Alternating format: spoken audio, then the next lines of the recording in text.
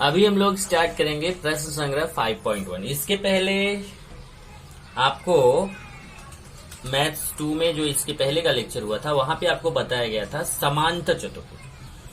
तो समांतर चतुर्भुज में कुल 4 खासियत बताई गई थी। एक, पहला, समांतर चतुर्भुज की सम्मुख भुजाएं समांतर होती हैं।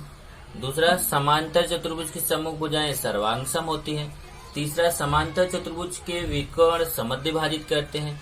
चौथा, समांतर चतुर्भुज के कोण सम्मुख कोण सर्वांगसम होते हैं। ये 4 पॉइंट्स आपको बताए गए थे। तो उसी का यूज करके यहाँ पे हमें प्रश्न करने हैं, जिसमें प्रश्न संख्या 5.1 है। इसमें सब क्वेश्चन जो है ना वही 4 पॉइंट्स पे बेस्ड है और समांतर चतुर्भुज के ही सब क्वेश्चन है। जैसे देखिए, समांतर चतुर्भुज WXYZ के विकर्ण बिंदु O में प्रतिच्छेदित करते हैं। कोण XYZ 135 अंश हो तो कोण XWZ और कोण YZW ये दोनों निकालना है। देखिए क्वेश्चन मार्क लगा है, मतलब निकालना है। यदि लेंथ OI का मान 5 सेमी हो तो लेंथ WI निकालना है। तो ये 2 चीजें उसने दिया हुआ है और ये 3 चीजें हमसे पूछा हुआ है। तो अगर आप अपनी टेक्स्ट बुक में देखें तो आपको ये प्रश्न दिया है, लेकिन उसने डायग्राम नहीं बनाया है।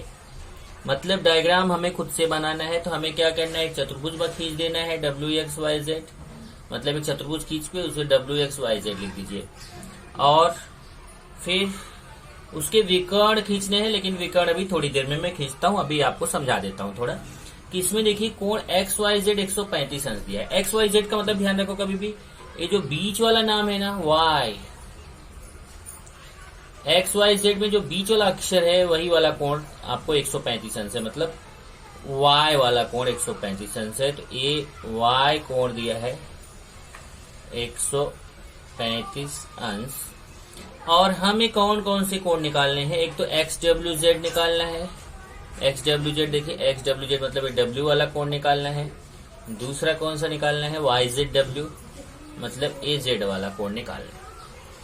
तो ये 2 कोण हमें ज्ञात करने हैं। तो चलिए सबसे पहले यहाँ पे देख लेते हैं कि क्या क्या हमें दिया गया है। पहले लिखेंगे समांतर चतुर्भुज WXYZ में कोण XYZ बराबर 135 अंश ये दिया गया है। अब हम जानते हैं, देखिए ध्यान से, कि समान ये हमें W वाला कोण निकालना, 135 अंश से तो ये वाला निकालना। आपको तुरंत समझ में आ गया होगा अगर आपने नियम पढ़ा है तो। कि समांतर चतुर्भुज के सम्मुख कोण सर्वांगसम होते हैं, मतलब समान होते हैं।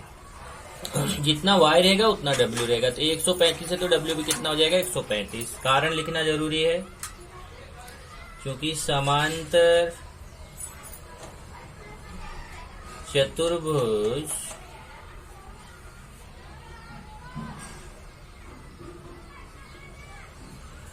के सम्मुख कोण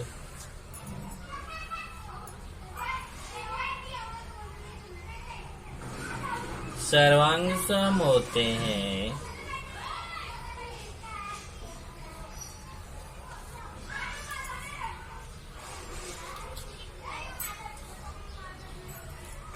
समांतर चतुर्भुज के सम्मुख कोण सर्वांगसम होते हैं, इसलिए कोण XWZ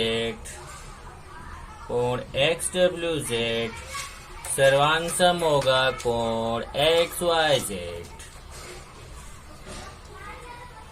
क्योंकि XYZ का मान 135 है तो XYZ की जगह 135 रख दीजिए। तो कोण XWZ निकालना है तो इसको वैसे लिखिए। अब यहाँ सर्वांगसम की जगह बराबर रख दीजिए। अब आप बोले क्यों बराबर, क्योंकि ये देखो यहाँ पे ये दोनों कोण के नाम है और यहाँ एक कोण का नाम है और उसका मान है। तो मान है तो बराबर का चिन्ह लगाना है। कोण XWZ बराबर XYZ का मान रख दीजिए। XYZ का मान कितना है, 135 अंश। ये देखिए एक मान आपने निकाल लिया, 135 अंश। अब दूसरा देखिए, हमें ये Z वाला कोण निकालना। तो अगर आप Z वाले कोण के लिए देखेंगे तो Z वाला कोण जो है वह है, ये देखिए ये दोनों समांतर रेखाएं। ये देखिए ये WZ और XY समांतर रेखाएं हैं और ये तिर्यक रेखा है। जब ये तिर्यक रेखा है तो ये दोनों कोण कैसे कोण है, अंतः कोण है। अंतः कोण मालूम है ना आपने, अगर दो समांतर रेखा एक तिर्यक रेखाओं को तिर्यक रेखा के एक ही तरफ के अंदर वाले दो कोणों को अंतःकोण कहते हैं, और अंतःकोणों का योगफल कितना होता है 180 अंश, तभी हम अंतःकोण का यूज करेंगे। यहाँ पे लिखेंगे कोण, अब ये वाला z वाला निकालना है, मतलब YZW प्लस कोण XYZ बराबर 180 अंश। कारण लिखेंगे अंतःकोण, ये ऐसे कैसे कोण है, अंतःकोण। अब मान रख देते हैं YZW का मान तो निकालना, लेकिन XYZ का मान 135 अंश है, तो इसकी जगह 135 अंश रख देंगे। कोण YZW प्लस 135 अंश बराबर 180 अंश। अब 135 अंश प्लस में है, बराबर के उधर जाएगा, तो बराबर के उधर जाके क्या हो जाएगा, ये माइनस हो जाएगा, क्योंकि ये प्लस है तो उधर जाके माइनस 135 अंश। और फिर 180 में 135 माइनस कर दीजिए, माइनस करने के तो आप मास्टर हैं, माइनस कर दीजिए, और माइनस करेंगे तो 180 में 135 घटा देंगे, और 180 में 135 घटाएंगे तो आएगा कितना, 45 अंश। चलिए एक उत्तर और आ गया हमें। अब हम अगले उत्तर के लिए चलेंगे। तो अभी मैंने देखो यहाँ पे ये दोनों कोण निकाल लिया, ये और ये दो कोण निकालने थे। ये समांतर चतुर्भुज के सम्मुख कोण सर्वांगसम होते हैं, उससे W निकाल लिया, और ये क्योंकि समांतर चतुर्भुज की सम्मुख भुजाएं समांतर होती हैं, तो ये WZ और XY समांतर है, तिर्यक रेखा है, तो ये अंतःकोण है, और अंतःकोणों का योगफल कितना होता है 180 अंश। अब हम आते हैं, हमें देखिए आगे थोड़ा डायग्राम में चेंज करना है। इधर देखिए लेंथ OI 5 सेमी, तो लेंथ WI निकालिए। इधर देखिए अभी हम पहले इसके विकर्ण खींचेंगे। देखिए ये विकर्ण खींच दिया, ये विकर्ण खींच दिया, और ये कहाँ पे जाकर के किस बिंदु पर प्रतिच्छेदित करते हैं, बिंदु O पर। तो यहाँ से OY दिया है 5 सेमी, O से Y तक की दूरी अपने को दिया है कितना, 5 सेमी। ये देखिए ये वाला पार्ट अपने को दिया हुआ है 5 सेमी, और जब OI 5 सेमी दिया तो WI पूछ रहा है, तो आप इजीली तुरंत आंसर आपको मिल चुका होगा। अगर ये OI 5 सेमी है तो पूरा WI कितना हो जाएगा। देखिए OI 5 सेमी है तो WI कितना होगा, 10 होगा। तो 10 कैसे निकालेंगे, 5 का दुगुना, लेकिन क्यों, कारण देना पड़ेगा। यहाँ पे आएंगे, लेंथ OI बराबर 5 सेमी आप लिखेंगे, क्योंकि समांतर चतुर्भुज के विकर्ण, समांतर चतुर्भुज के विकर्ण समद्विभाजित करते हैं। समद्विभाजित मतलब आपको बताया था पिछले लेक्चर में, दो समान भाग करते हैं। और जब समांतर चतुर्भुज के विकर्ण समद्विभाजित करते हैं, तो इसका मतलब ए लेंथ WI जो होगा वो OI का दुगुना होगा, या फिर OI जो होगा WI का आधा होगा। तो आप लिखेंगे इसलिए लेंथ OI बराबर लेंथ WI का आधा। आधा कोई चीज करना होता है तो मतलब 2 का भाग। चलिए मान रख देते थे, लेंथ OI का मान 5 सेमी है, तो देखिए लेंथ OI का मान 5 सेमी, तो इसकी जगह 5 बराबर लेंथ WI बटा 2, और 2 का भाग है, बराबर किधर लेके चले आइए, इधर लेके आएंगे तो 2 का भाग इधर आके 5 के साथ गुणा हो जाएगा, इधर बचेगा लेंथ WI, और फिर ये 5 दूना 10 हो जाएगा, तो लेंथ WI का मान आपको मिल जाएगा, लेंथ WI बराबर 5 दूना 10 सेमी। इस तरीके से ये तीसरा मान आपने निकाल लिया। बाद में आप उत्तर लिख दीजिए इसका, यहाँ पे मैं उत्तर लिख देता हूँ। उत्तर में 3 चीजें निकालना था, तो तीनों उत्तर यहाँ पे लिख दीजिए। पहला क्या, पहला कोण XWZ बराबर 135 अंश। दूसरा क्या, कोण वाई जेड डब्ल्यू बराबर 45 अंश। तीसरा क्या, लेंथ डब्ल्यू वाई बराबर 10 सेमी। ये 3 मान निकालने थे और तीनों मान आपने निकाल लिया, यही आपका हो गया आंसर। दूसरे प्रश्न की तरफ चलते हैं। प्रश्न 2 देखिए, समांतर चतुर्भुज एबीसीडी में कोण ए का मान दिया है 3x धन 12 अंश और कोण बी का मान दिया 2x ऋण 32 अंश। देखिए कोण ए और कोण बी का मान दिया लेकिन x के रूप में दिया हुआ है, तो सबसे पहले तो हमें x का मान निकालना है और फिर इस आधार पर कोण सी और कोण डी का मान निकालना है। तो चलिए स्टार्ट करते हैं। यहाँ देखिए मैंने एक डायग्राम बनाया हुआ है और ये भी यहाँ पे भी ध्यान रखना, एग्जाम में आपको डायग्राम खुद से बनाना है क्योंकि आपकी बुक में क्वेश्चन केवल लिखा हुआ है, डायग्राम नहीं बना हुआ है। तो आपको क्या करना है, यहाँ लिखा है समांतर चतुर्भुज एबीसीडी, तो एबीसीडी समांतर चतुर्भुज बना लेना। वहाँ कोण ए का मान दिया है 3x + 12 और कोण बी का 2x - 32। अब आप आसानी से बता सकते हैं कि कोण ए और बी कैसे कोण है, अभी जस्ट आपने क्वेश्चन किया था। ये देखिए समांतर रेखाएं हैं, एडी और बीसी दोनों समांतर रेखाएं हैं और ए बी तिर्यक रेखा है, तो ये दोनों कैसे कोण है, तिर्यक रेखा के एक ही तरफ अंदर की तरफ कोण है, तो इसको क्या बोलेंगे, अंतःकोण। और अंतःकोणों का योगफल कितना होता है, 180 अंश। चलिए समांतर चतुर्भुज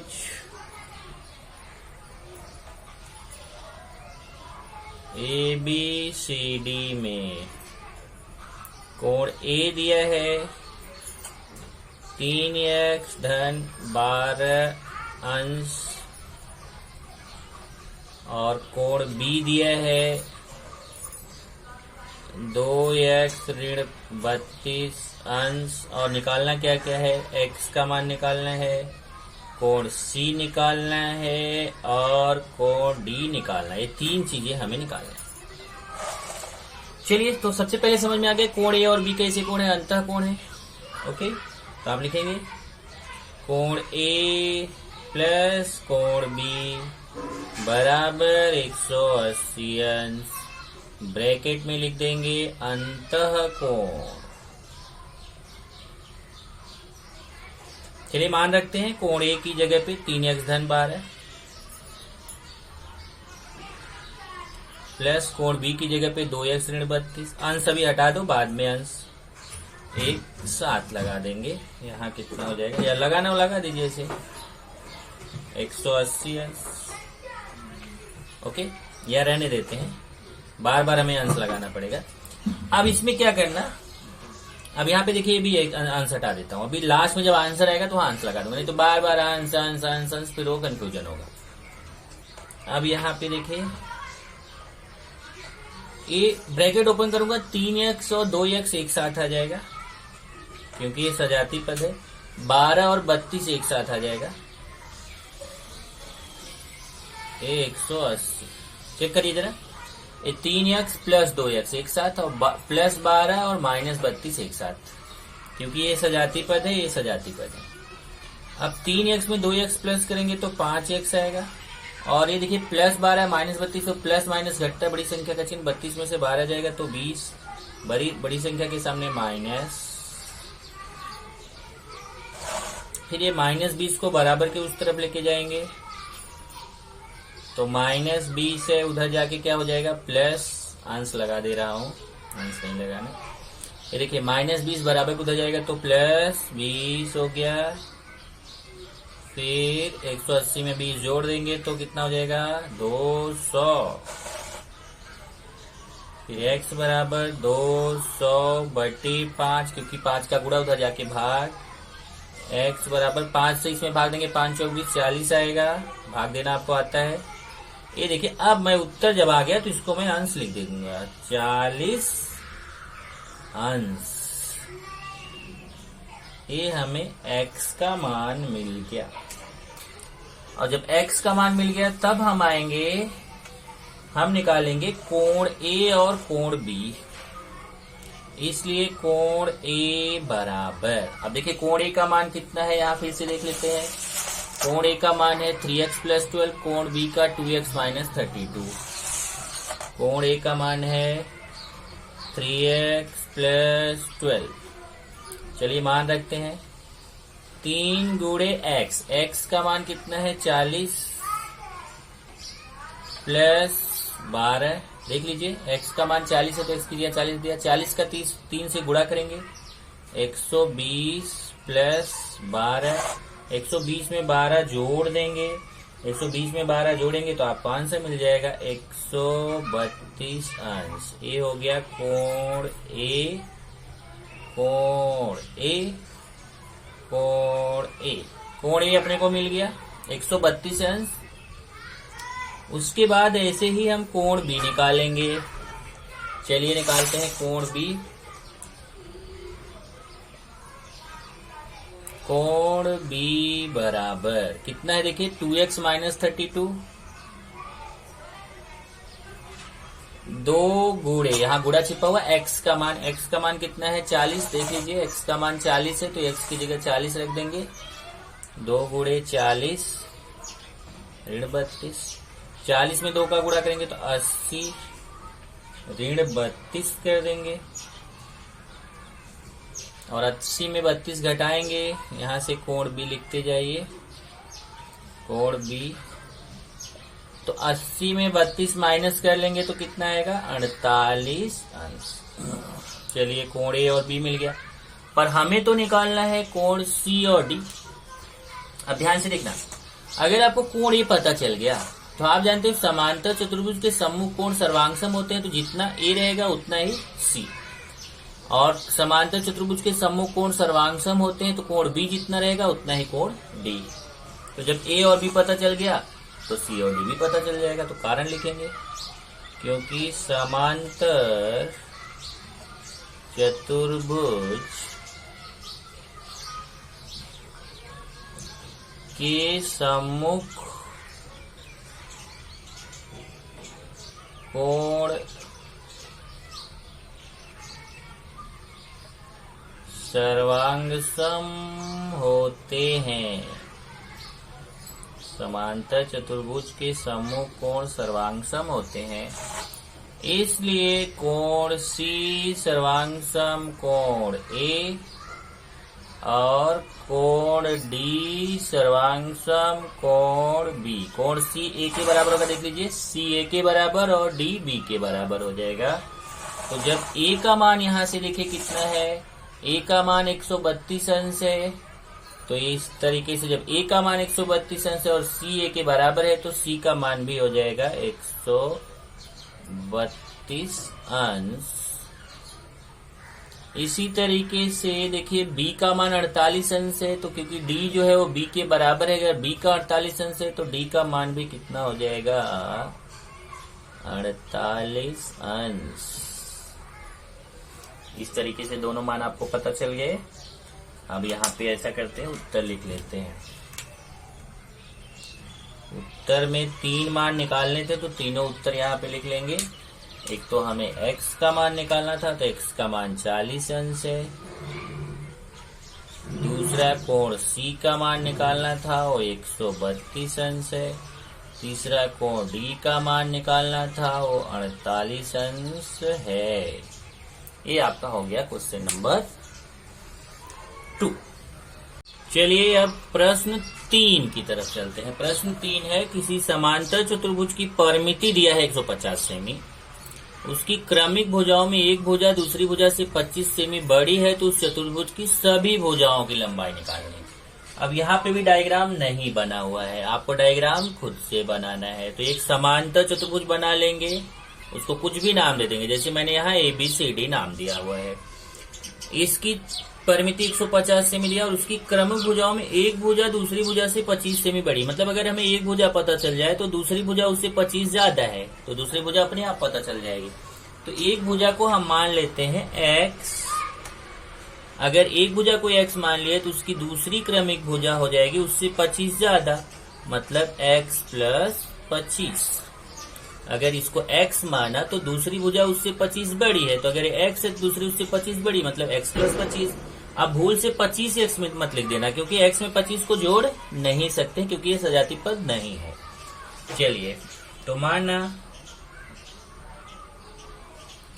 चतुर्भुज ABCD, अब यहाँ प्रश्न में नहीं है, अपने मन से मान रहे हैं, समांतर चतुर्भुज है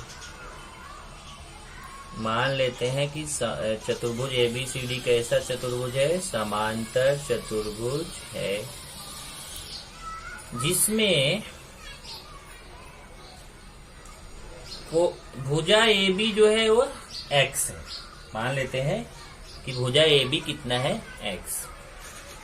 माना भुजा AB बराबर x सेमी, AB को x सेमी मान लिए, तो प्रश्नानुसार क्या हो जाएगा? प्रश्नानुसार मतलब प्रश्न में जो दिया हुआ है उसके हिसाब से यहाँ पे ऐसा ऐसा, तो प्रश्नानुसार क्या? BC कितना हो जाएगा? दूसरी भुजा BC बराबर हो जाएगा x प्लस 25 सेमी। चलिए, भी पता चल गया, BC पता चल गया। अब हम AD और DC भी निकाल सकते हैं। क्यों? क्योंकि हम जानते हैं कि समांतर चतुर्भुज की सम्मुख भुजाएं सर्वांग सम होती हैं, इसलिए AB x है तो DC भी x हो जाएगा, और BC x प्लस 25 है तो AD भी x प्लस 25 हो जाएगा, क्योंकि आमने सामने की भुजाएं समान होती हैं। चलिए लिख देते हैं, क्योंकि समांतर चतुर्भुज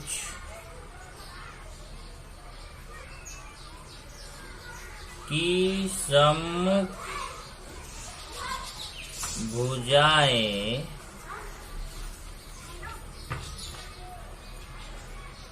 सर्वांग सम होती हैं,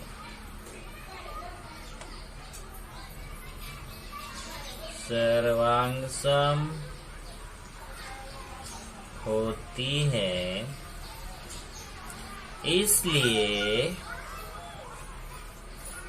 DC जो है वह AB के सर्वांग सम होगा, DC सर्वांग सम होगा AB के, और AD सर्वांग सम होगा BC के। देख लीजिए, DC AB के सर्वांग सम होगा और AD BC के सर्वांग सम होगा। तो जब AB का मान x है तो DC का मान भी हो जाएगा x, और जब BC का मान x प्लस 25 है तो AD का मान भी हो जाएगा x प्लस 25। चेक कर लीजिए, जब AB x है तो DC भी x हो जाएगा, क्योंकि दोनों आपस में समान है, और AD BC के सर्वांग सम अगर BC x प्लस 25 है तो AB भी x प्लस 25 हो जाएगा। अब समांतर चतुर्भुज की परिमिति, समांतर चतुर्भुज की परिमिति, अब समांतर चतुर्भुज की परिमिति क्या हो जाएगी? चारों भुजाओं का योगफल। समांतर कोई भी परिमिति का मतलब क्या होता है? उसकी चारों भुजाओं का जो योगफल, मतलब इसे A से चलना शुरू करिए और फिर वहीं A पे पहुंच जाए, तो पहली भुजा प्लस दूसरी भुजा प्लस तीसरी भुजा प्लस चौथी भुजा, ये आपका परिमिति हो गया। परिमिति मतलब चारों ओर का घेरा, चारों भुजाओं का योगफल। चलिए, परिमिति का मान पहले अगर देखेंगे तो यहाँ पे दिया गया है, ध्यान से देखिए, परिमिति का मान कितना दिया? 150 सेमी। ध्यान से देखिए, चतुर्भुज समांतर चतुर्भुज की परिमिति 150 सेमी दिया है, तो यहाँ परिमिति की जगह हम लिख देंगे 150 और ये बराबर, फिर चारों भुजाओं का योगफल। अब चारों भुजाएं क्या क्या है? AB BC CD AD, ये हो जाएगा AB plus BC plus DC plus AD। चलिए मान रखते हैं 150 बराबर, अब यहाँ AB का मान देखिए, AB का मान कितना है? AB का मान यहाँ से देखिए, AB का मान x है, BC का x प्लस 25 है, तो AB की जगह x प्लस BC की जगह x प्लस 25 प्लस DC का मान भी देखो x है, प्लस AD का मान x प्लस 25। अभी हो जाएगा 150 बराबर।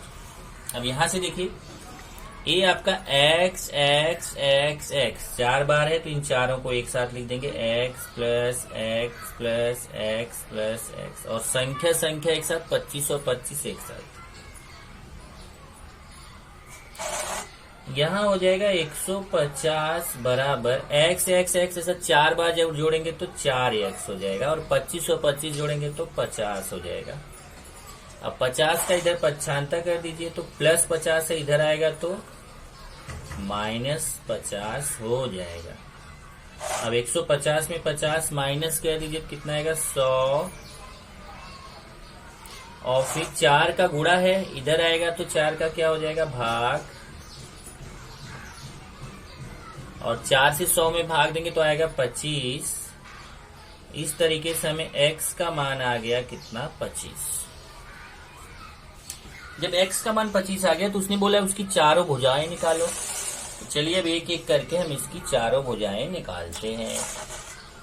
सबसे पहले AB और DC है, देखिए AB और DC दोनों का मान x है, तो आप लिखोगे AB बराबर DC बराबर x, और x का मान कितना आया फिर से देख लीजिए, x का मान 25 आया है, तो x की जगह 25 लिख देंगे, और ये हमारा आ गया AB और DC का मान। ऐसे ही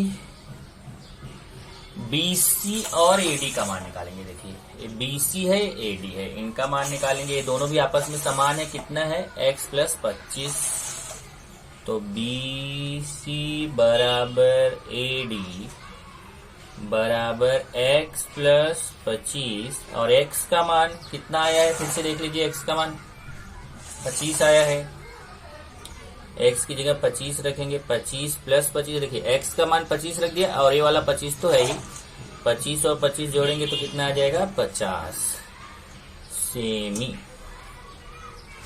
इस तरीके से चारों भुजाएं आ गई, AB और DC 25-25 सेमी आ गई, BC और AD 50-50 सेमी आ गई। तो उसने बोला था कि चतुर्भुज की चारों भुजाएं याद कीजिए, तो उत्तर लिख दीजिए यहाँ पे।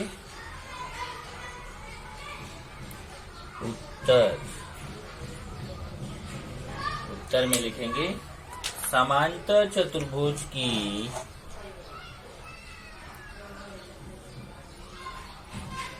समांतर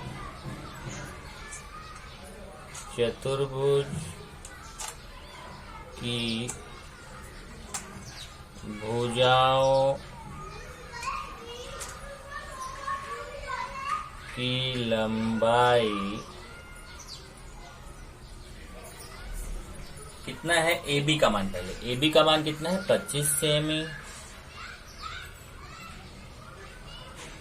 फिर कॉमा, फिर BC का मान 50 सेमी,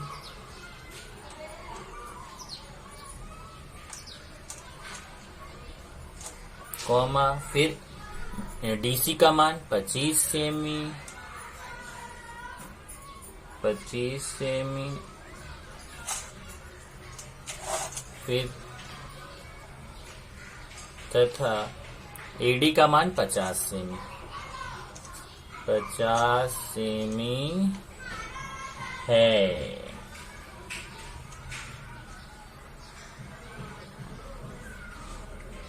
ये आपका हो जाएगा उत्तर कि एक 25 सेमी है, दूसरा 50 सेमी, तीसरा 25 सेमी, चौथा 50 सेमी। ये समांतर चतुर्भुज की तीनों भुजाएं हो गई।